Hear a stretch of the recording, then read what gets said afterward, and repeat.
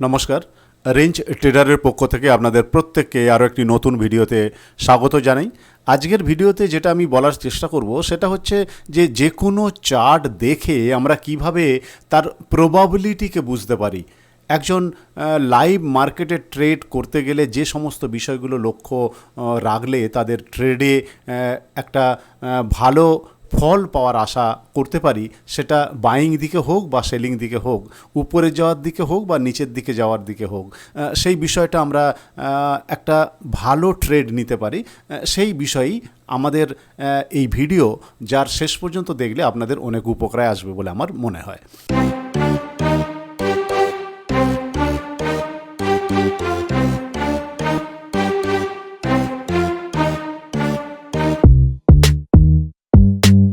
তো প্রথমত যেটা আমি বলতে চাইবো সেটা এই মুহূর্তে অ্যাজ এ এক্সাম্পল নিফটি 50-রই আমি ডেইলি চার্ট খুলে রেখেছি।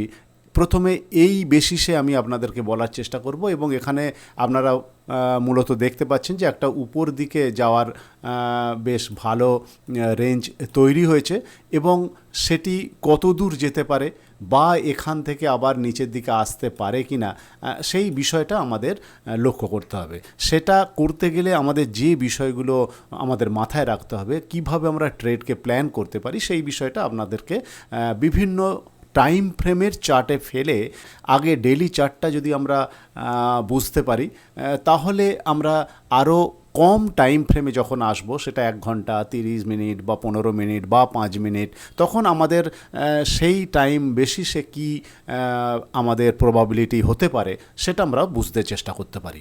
তো প্রথমে আমি আপনাদেরকে বলবো যে আমরা যেখানেই ওপেন হই না কেন আগামী দিন বা যে কোনো দিন, আমরা যেখানেই ওপেন হই না কেন সেটা যদি আমরা প্রিভিয়াস ডে হাইকে ক্রস করে, তখন কিন্তু আমাদের উপরের দিকে যাওয়ার প্রবণতাটা বৃদ্ধি পায়। আমরা মনে করছি এটা হচ্ছে লাস্ট ডে, যে কোনো দিনের ক্ষেত্রে এটা কিন্তু একটা সম্ভাব্য প্রবাবিলিটি। আমরা যদি প্রিভিয়াস ডের হাইকে ক্রস করার চেষ্টা করি, তাহলে কিন্তু তার প্রবণতা থাকে তার আগের দিনের হাইকে টাচ করার। এটা আমাদের জেনারেল ওয়েতে মাথায় রাখতে হবে সব সময়। এইবার আমাদের মার্কেট স্ট্রাকচার অনুযায়ী, তার গতি অনুযায়ী বা অন্যান্য আরও অনেক কিছু বিষয়ের মধ্যে ঢুকে থাকছে, সেই বিষয়গুলো মাথায় রেখে যদি আমরা ট্রেড প্রবাবিলিটি খুঁজি, তাহলে আমরা বুঝতে পারবো যে যদি প্রিভিয়াস ডে হাইকে আজকের দিনের হাই ক্রস করে, তখন তার প্রবাবিলিটি থাকে এখানে যাওয়ার, এবং তার উপরে যদি যায় তখন তার উপরে যাওয়ার। সেটা যেহেতু এটি ডেইলি চার্ট, তো এটা একদিনে সম্ভব নাও হতে পারে। তো মূলত আমি যেভাবে ভাবি, মনে করুন আমি যদি ভাবি যে এখানে আমাদের হাইকে ক্রস করেছে, তখন আমি কিভাবে এটিকে ট্রিট করতে পারি? তখন আমি এইভাবে ট্রিট করতে পারি যে এখান থেকে এই পর্যন্ত একটা আসতে পারে। এই যে বিষয়টা, এই বিষয়টাকে আমি আপনাদেরকে একটু কালারটাকে অন্য করে দিই, তাহলে হয়তো বুঝতে সুবিধে হতে পারে।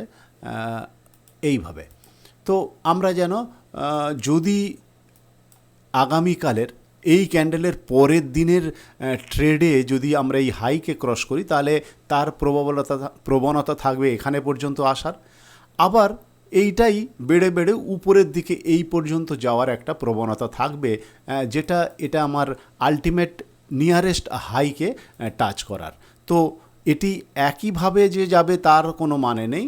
সেটা কি হবে না, প্রথমে একটু উপরে গেল, আবার নিচে এলো, আবার উপরে গেল, আবার নিচে এলো, এইভাবে যেতে যেতে উপরে টাচ করবে। এইটা হচ্ছে প্রবাবিলিটি। এইবার এই প্রবাবিলিটিকে কাজে লাগিয়ে যে কোনো উপরের দিকের যে প্রবাবিলিটিগুলো কাজে দেয়, সেটা হচ্ছে কি, প্রথমে একটু কিছুটা উপরে যায়, তারপরে আবার রিট্রেস করে, তারপরে আবার সেটি উপরে যায়, আবার নিচের দিকে আসে, আবার উপরে যায়। এইভাবে একটা হায়ার হাই বা লোয়ার হাই, হায়ার লো বানাতে বানাতে উপরের দিকে যাওয়ার প্রবণতা তৈরি করে। এইটাই হচ্ছে আমাদের উপরে যাওয়ার থিওরি। তো আমরা কোথায় কোথায় এক্ষেত্রে ট্রেডটা নিতে পারি? আমরা এখানে ট্রেড নিতে পারি যদি দেখি যে এখানে একটা হাই ক্রস করার পর আর একটা হাই এসেছে, এবং এই রিট্রেসমেন্টের পর এই হাইয়ের এরিয়া থেকে আবার উপরের দিকে যাওয়ার একটা প্রবণতা তৈরি হয়েছে, তখন আমরা এই টুকু অন্তত নিতে চেষ্টা করতে পারি, সেইভাবে আমাদের ট্রেডকে প্ল্যান করতে হবে। তার মানে কি বোঝাচ্ছে না, যদি আমরা দেখি যে এখান থেকে এই ক্যান্ডেলের পর পরের দিনে একটু উপরে যাওয়ার পর আবার নিচে রিট্রেস হয়েছে এবং তারপর আবার উপরের দিকে যাওয়ার প্রবণতা তৈরি হয়েছে, তখন আমরা এই সমস্ত জায়গার লোয়ার লেভেলে ট্রেড নিয়ে এই পর্যন্ত টার্গেটের জন্য ওয়েট করতে পারি। এইভাবে অ্যাকচুয়ালি ট্রেডকে আমাদের প্ল্যান করা উচিত। সেক্ষেত্রে নিচের দিকেও কিন্তু সেম একটা অ্যাক্টিভিটিস আমরা করতে পারি। সেটা কি না, সেই অ্যাক্টিভিটিস করতে গেলে যেটা আমাদেরকে ভাবতে হবে সেটা হচ্ছে এই লোয়ার পোর্শন। এই লোয়ার পোর্শনটা তখন কি না, এখানে উপরের দিকে যাওয়ার কথা ভাবছিলাম, এখন যদি আমরা এটা নিচের দিকে ভাবি, সেক্ষেত্রে কি হতে পারে না, আমরা তখন ভাববো যে যখনই এটা নিচের দিকে লোকে ক্রস করবে, তখন তার প্রবণতা কিন্তু আবার সেটি এই পর্যন্ত আসার। কোথা পর্যন্ত না, যখনই এই লোয়ার পোর্শনকে আমরা ক্রস করে নিচের দিকে যাওয়ার সম্ভাবনা তৈরি করবে, তখন কিন্তু সেটা এখানে পর্যন্ত আসতে পারে, এখানে পর্যন্ত আসতে পারে, এখানে পর্যন্ত আসতে পারে। এই প্রবাবিলিটিগুলো আমাদের কিন্তু তৈরি হবে। সেটা আমরা কিভাবে ভাবতে পারি, এখান থেকে আমরা প্রথমে এখানে আসব, তারপরে আবার এখানে আসব, তারপরে আবার এখানে আসব, তারপরে আবার এখানে আসব। মানে অ্যাকচুয়াল যেটা কন্ডিশন সেটা হচ্ছে এক একটি লেভেল, এটা হচ্ছে জেনারেল একটা কনফার্মেশন বা আমাদের জেনারেল একটা নলেজের মধ্যে থাকা উচিত যে আমরা যখন লোয়ার সাইডে যাব তো এইভাবে লোয়ার সাইডে যাওয়ার চেষ্টা করবে। তো এই বিষয়টা আমাদের কিন্তু ট্রেডিংয়ের ক্ষেত্রে মাথায় রাখতে হবে, তবেই আমরা কিন্তু ট্রেডকে বেস্ট ওয়েতে প্ল্যান করার চেষ্টা করতে পারি। এবার ডেইলি টাইম ফ্রেম থেকে যদি আমরা এটিকে 1 ঘন্টার টাইম ফ্রেমে আসি, তখন আমরা সেটিকে কিভাবে ম্যাচ করাতে পারি বা ট্রেড প্ল্যান করতে পারি, সেই বিষয়টা আপনাদের সামনে রাখব। আমি যদি মনে করি আমাদের মার্কেট এর মধ্যে কোথাও ওপেন হয়েছে, এটি লাস্ট আওয়ারের 1 ঘন্টার ক্যান্ডেল, তো এর ভিতরে ওপেন হওয়ার পর যদি আমরা দেখি যে এই হাইকে ক্রস করেছে, তখন তার প্রবণতা থাকবে উপরের দিকে যাওয়ার, ফার্স্ট এই হাই পর্যন্ত, প্রিভিয়াস ডে হাই পর্যন্ত, তারপর ধীরে ধীরে সেটি উপর নিচে করতে করতে উপরের দিকে এই পর্যন্ত, যেটা এটি উইকলি অ্যাকচুয়ালি আমার ইয়েলো কালারটা উইকলি হাইকে ডিনোট করা আছে, এটি হচ্ছে প্রিভিয়াস ডে হাইকে ডিনোট করা আছে, এবং এটি হচ্ছে মান্থলি হাইকে আমি করে রেখেছি। তো সেইভাবে আমরা যদি আবার দেখি যে নিচের দিকে লোকে ক্রস করেছে, তখন কিন্তু তার প্রবণতা এখানে আসতে পারে, এখানে আসতে পারে, এখানে আসতে পারে, এখানে আসতে পারে, আবার এটি যদি ক্রস করে তখন আবার তার সম্ভাবনা আরও নিচের দিকে তৈরি হয়ে যাবে। এইভাবে 1 ঘন্টার চার্টেও আমরা ট্রেড প্ল্যানকে নিরীক্ষণ করতে পারি বা আমাদের প্ল্যানটাকে সাজাতে পারি।